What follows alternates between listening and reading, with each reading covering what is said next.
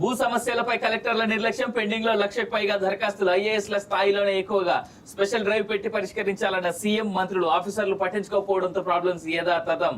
RERA నోటీసులకు no response, సంజాయిషి ఇవ్వాలని ఆదేశాలు, పట్టించుకొని రియల్ కంపెనీలు. పైసలు ఇచ్చిన తర్వాత ఎవడెందుకు సంజాయిషీలు ఇస్తాడు నీకు? ఏమని సంజాయిషీలు ఇస్తారు? వీళ్ళు పైసలు తీయడానికే ఉండే. సో ధరణి మేము వచ్చిన తర్వాత ధరణి తీసేసి భూమాత పెడతాం, ఇక్కడ ఉన్న సమస్యలే పరిష్కరిస్తామని చెప్పేసి అన్నారు. 6 నెలల ముందే మీ ప్రభుత్వం వచ్చిన తర్వాతనే భూమి సునీల్ గాని, లచ్చిరెడ్డి లాంటి వాళ్ళు గాని, మీ పార్టీ కోదండ రెడ్డి లాంటి వాళ్ళను పెట్టి మీరు కమిటీ వేసిరు. ఆ కమిటీ పనితీరు సరిగ్గా లేదు అనేది స్పష్టంగా అర్థమవుతోంది.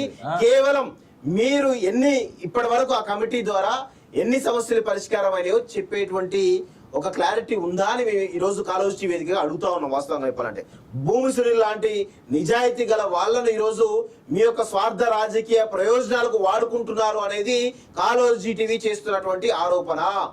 భూమి సునీల్ తను కమిట్మెంట్ తోటి పనిచేసే వ్యక్తి. వాస్తవంగా చెప్పాలంటే అలాంటి వ్యక్తి పైన కూడా ఈ రోజు ఒక రాజకీయ రంగు పులిమేటువంటి ప్రయత్నం చేస్తా ఉన్నారు. ఆయన ఏదో అనుకుంటా ఉన్నాడు.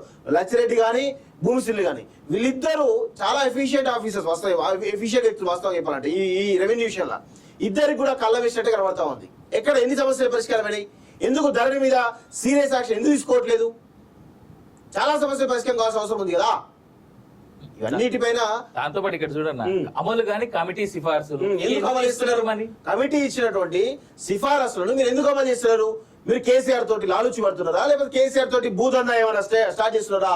కేసీఆర్ కుటుంబం చేసినటువంటి భూ కబ్జాలలో మీ వాటా ఎంతో మేము అడగాల? చెప్పాలి మీ వాటా ఎంత అనేది. అదే అవుతున్నట్టు తెలుస్తుంది. ఆ పాపం భూమి సునీల్ చెప్తాను, భూమి సునీల్ లాంటి వాళ్ళు కానీ, లేదంటే లచ్చిరెడ్డి లాంటి వాళ్ళు ఇద్దరు దయచేసి మీకు మీ కమిటీ సిఫారసు, మీ ఇచ్చిన కమిటీ ఏదైతే సిఫారసులు అమలు చేయకపోతే బయటికి రండి. బరాబర్ రావాల్సిందే కోరుతా ఉన్నాం. 6 నెలలు దాడుతా ఉంది మీ కమిటీ పని చేయబట్టి. ఎన్ని సమస్యలు పరిష్కారమైనాయి?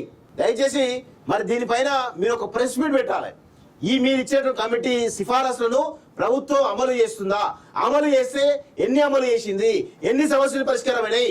ఎందుకు మీరు ఇచ్చినట్టు సిఫారసు ఎందుకు అమలు చేయట్లేదు?